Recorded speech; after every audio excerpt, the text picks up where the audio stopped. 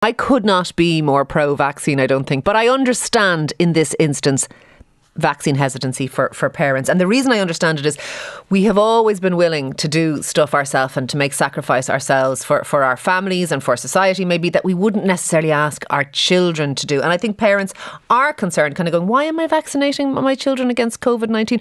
I have had a huge number of messages sent to me on social media with parents going, Ciara, is this going to be okay? Because, half their friends have had it and got a sniffle. Why am I vaccinating? And I think there's a few things why we're talking about vaccinating children. We're talking about it, first of all, because it will help give children back a sort of a sense of normality in life. They're less likely to be out of school. They're less likely to be, I suppose, unable to do the extracurricular stuff and all the stuff that we've put on them in the last week or two, the restrictions on their socialising, that will be improved if a lot of them are vaccinated. So that'll give them something.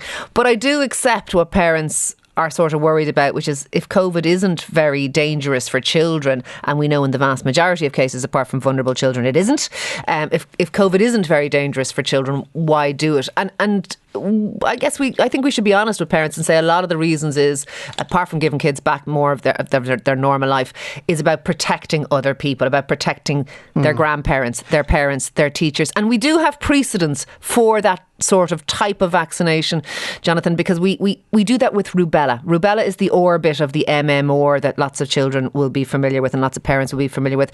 Rubella is a really mild disease. It used to be called German measles. Really mild disease in children, but devastating if you contract it, generally speaking, in pregnancy. It causes huge damage to the baby, to the fetus forming. So we vaccinate children against rubella to protect pregnant women. We've done that for decades at this point. So we have precedents for using children as part of the arsenal, I suppose, of protecting the rest of society. But I think parents need to be talked to, and I think they need to be talked to properly and openly and honestly and like adults about all this, because I understand that parents are always so protective about their kids that they need to have a frank and honest conversation about all of this.